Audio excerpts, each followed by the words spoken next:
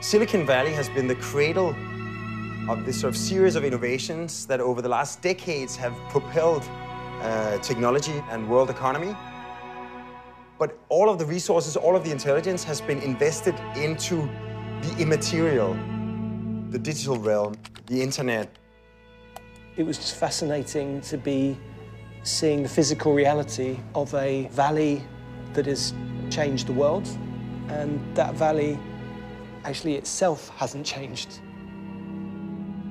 Tech really hasn't adopted a particular language for buildings. I mean, we've just found old buildings, and we've moved into them, and we've made do best we could. We have an opportunity to build new buildings, which is nothing unique, which people do every day all over the world. But what we've tried to do is take a step back and say, how do buildings work with nature?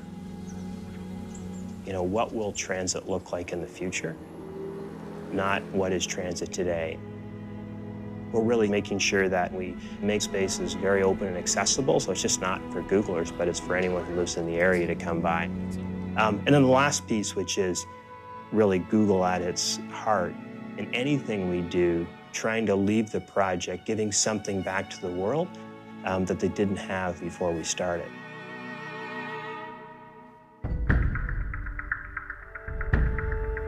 We scour the world looking for a special architect who could really do something different. We really listened and created stuff from the ground up. And we really got down to what we believed were the two best in class. My name is Bьярке Ingels. I'm an architect and the founder of Bьярке Ingels Group, or simply BIG. The big studios, they're ambitious. They do a lot of very community-focused projects, and that was pretty compelling to us. Good reaction, by the way. My name is Tomas Hezervik. I'm the founder of Hezervik Studio. Thomas, on the other hand, has this attention to human scale and beauty that I haven't seen in anyone before. And you bring those two people together, somebody who really thinks about function and form, and you couple that with beauty, and you just have this team that does pretty amazing stuff. When we met each other in Mauntin-Vью, we thought that it would be interesting to work with each other and Google to maybe come up with something that would be much more creative than anything we could have come up with ourselves.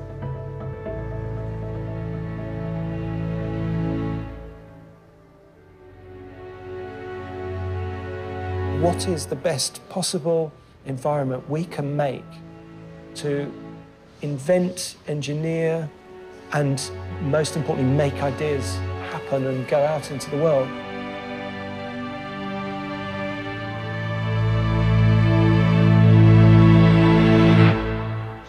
It's cool. It's cool. When you visit the Google campus, there's lots of trees. But there's this constant major undermining of that by the road system and the infrastructure required for all of those cars. And it just feels like trees are like street furniture. And everything has turned into parking lots.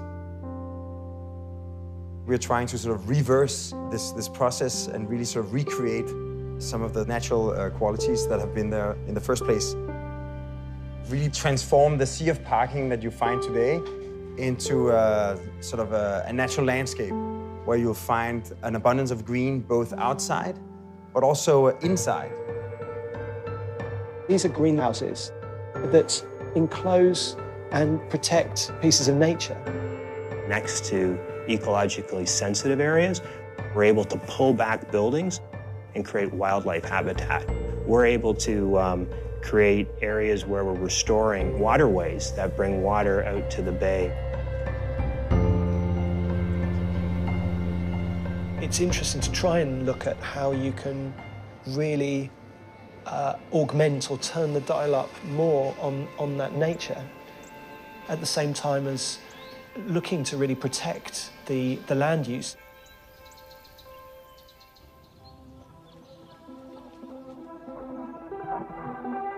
Google's presence in Mauntin-Vью is simply so strong that it can't be the fortress that shuts away nature, that shuts away the neighbors. It really needs to become a neighborhood in Mountain-Vью. A motivator for the work we're doing now is to be generous. You can provide facilities that can be shared with people who don't work for an organisation and keep an organisation's feet on the ground. The buildings themselves allow both the public as well as employees to move through them. We wanted to make sure that we created communities where bikes and pedestrians felt like they didn't have to worry about cars zipping by at 70 miles an hour. Part of our work is to try to find ways to make places that you would go and have a conversation and go for a walk with great pleasure and choose in a weekend to be. So in that sense, our idea for the Google campus is really to give it the diversity, the liveliness that you find in an urban neighborhood, so that a lot of the traditional distinctions in an urban setting or in an office environment will have evaporated or at least been blurred significantly. How will we work 5 years from now? How will we work 15 or 20 years from now? We don't know what it's going to be, but we know that it just needs to be this incredibly flexible space for it to work. In nature, things aren't over-programmed or over-prescribed. And in a way, if our cities or our work environments could have more of this flexibility or openness for interpretation, they would become more stimulating and more creative environments to live and work in. In a traditional building, reconfiguring from office space to automotive to biotech would take months and years, and you would knock those buildings down, and then 5 or 10 years later, you'd do it again. The desire really is to try to create pieces of environment you can work in multiple ways. Suddenly, within this, the architecture of the building becomes almost like giant pieces of furniture that can be connected in different ways. It's almost like the Lincoln logs when we were kids. You can just pile them up and assemble them differently with basically no new materials. It's a sort of structure of looking, in a way, at the historic city model of making streets. And then this is not the historic model of making environments that bring together and protect those streets. Instead of having buildings as these boxes with walls and floors, dissolve the building into a simple, super transparent, ultralight membrane. Creating, in effect, a piece of glass fabric and draping it across some tent poles. And we're blurring the outside world and the inside world. We're really thinking about how do we create buildings that draw less energy? How do we create buildings that use less water than a traditional building? And all of this science and know-how is going into this project. We will keep developing, we'll keep researching in terms of materials or technologies. The architecture will evolve as times evolve. There are ways that we can try and make space that isn't just for the next 5 or 10 years, but for many decades to come.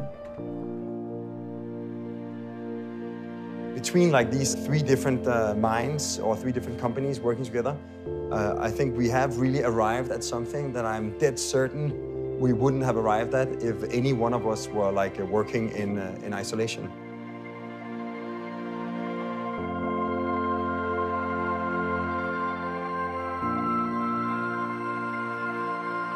We have a duty to reflect in the physical environment the values that have been manifested in the innovations that have come out from this part of California. A humanistic spirit is something that it feels really important to embody in what we build. And so that's shared between all of us and is exciting and driving us and will be, in its way, revolutionary.